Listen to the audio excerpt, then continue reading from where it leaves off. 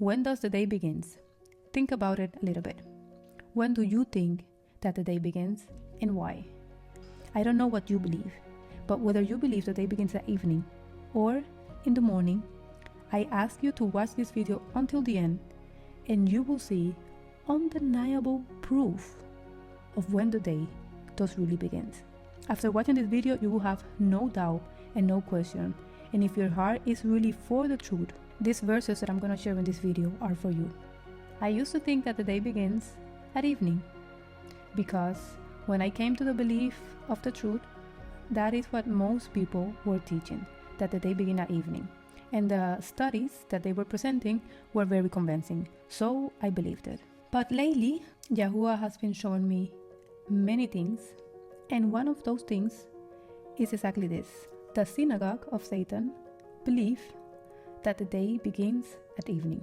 And that is one of the reasons why most of the people believe today that the biblical day begins at evening. And I also used to believe that too. But I came to the realization that nothing that the synagogue of Satan teaches and believes is truth. Everything is a lie. And unfortunately, we find ourselves believing some of their doctrines even though we shouldn't. In Genesis 1:3-5 we read, "And Yahuwah said, Let there be light. And there was light. And Yahuwah saw the light, and it was good. And Yahuwah divided the light from the darkness. And Yahuwah called the light day, and the darkness he called night. And the evening and the morning were the first day." And this is the base of many people for believing that the day begins at evening.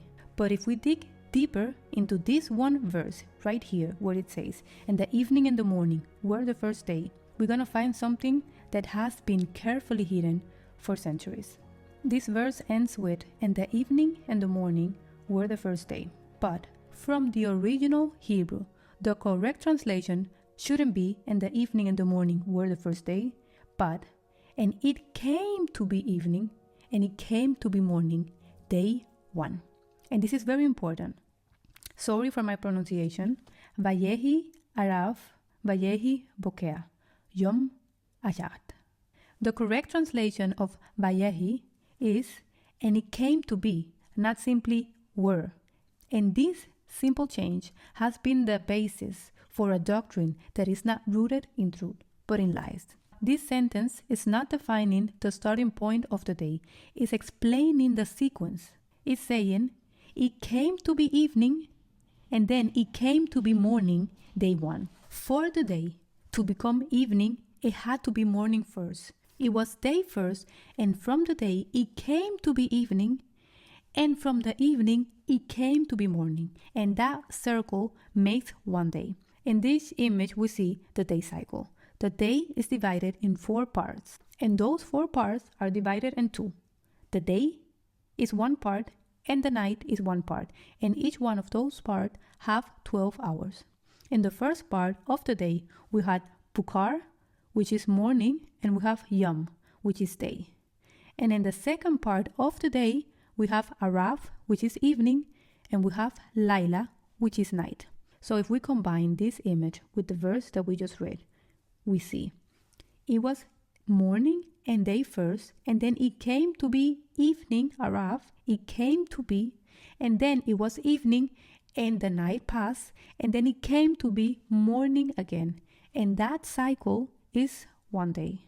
The Bukar, the morning, and the Arav, evening, are the 2 transition points for the light of the day and the darkness of the night. Before the day is very bright and light, it is morning, and that is when the darkness is going and the light is coming. That is the morning. And then it's full light of the day, and then comes the second transition, which is the light goes away and the darkness starts coming in, and then comes the night. So the Bukar and the Arav are 2 transition points for the day and the night. We can also see it this way. The Bukar is the sunrise. The Yom is the day when the sun is fully out. The Arav is when the sun is setting. And the Laila is when the sun is fully gone. The night, the complete darkness. So now, going back to the verse again, if we read, "And the evening and the morning was the first day," we now know that it was not the sun setting that started the day, because for the sun to set, you need the sun to have been up first. And this is the sequence. First the morning, then the day, then the evening, and the night. And then it repeats again. So first the light coming out, then the full light, then the light going away, and full darkness. And this is the day cycle. We also, in Genesis 1, find Yahuwah's creation pattern. This pattern shows us that Yahuwah created during the day, and then it came to be evening, where he did rest from the work that he was doing, and then he did not create anything from the evening till the morning. It just says it came to be evening, and then it came to be morning, and that was the third day. So he worked during the light, and he rested during the darkness. And in Psalms 104 we read, "Man goeth forth unto his work, and to his labor until the evening," just as Yahuwah did in the creation model. In Jubilees 2:8 we read, "And he appointed the sun to be a great sign on the earth for days and for Shabbats and for months and for feasts and for years and for Shabbats of years and for jubilees and for all the seasons of the years." So the sun is the great sign appointed for the days. So if the sun is the great sign, the greater light appointed for the days, why would the day start in darkness? In Enoch 72 we read, "And first come forth the great luminary called the sun." Here Enoch is saying that first comes forth the great luminary called sun. So the sun comes first, and then the moon follows. So how can the sun come first, but the day starts in the evening? In Exodus 29, we read the instructions for the daily sacrifices. "Now, this is that which thou shalt offer upon the altar, 2 lambs of the first year, day by day, continually. The 1 lamb thou shalt offer in the morning, and the other lamb thou shalt offer at even." Here we see the sequence. The 1 lamb offer in the morning, and the other, the second one, offer at evening. So if the day starts with the evening, why is the offering starting in the morning? This word used for 1 is achat, and this word can be also translated to 1 and first. So in this chapter, knowing that there are 2 lambs, this is the number 1, or the first lamb. The other one automatically is the second lamb. So how are you going to offer the first lamb on the end of the day and the second lamb on the start of the day? It is not like we've been taught.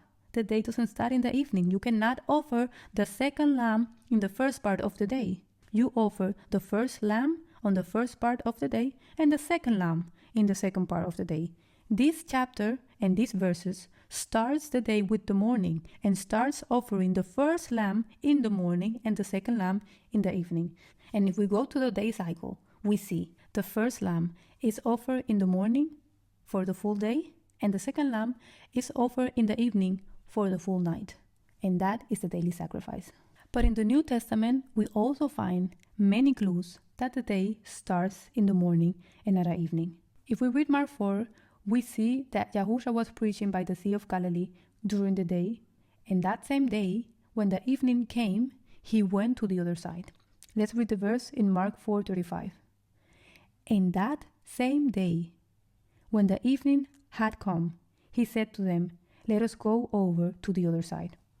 So how can it be the same day at evening if the evening starts a new day?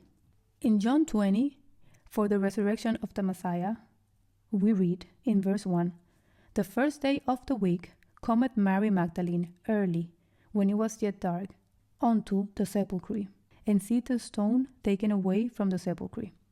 If we jump to the verse 19, we read, "Then the same day at evening," again, this is talking about the same day where Mary in the morning went to the sepulchre. In verse 19, it says, "The same day at evening, being the first day of the week, when the doors were shut, where the disciples were assembled for fear of the Yahudim, came Yahusha and stood in the midst, and said unto them, Shalom be unto you."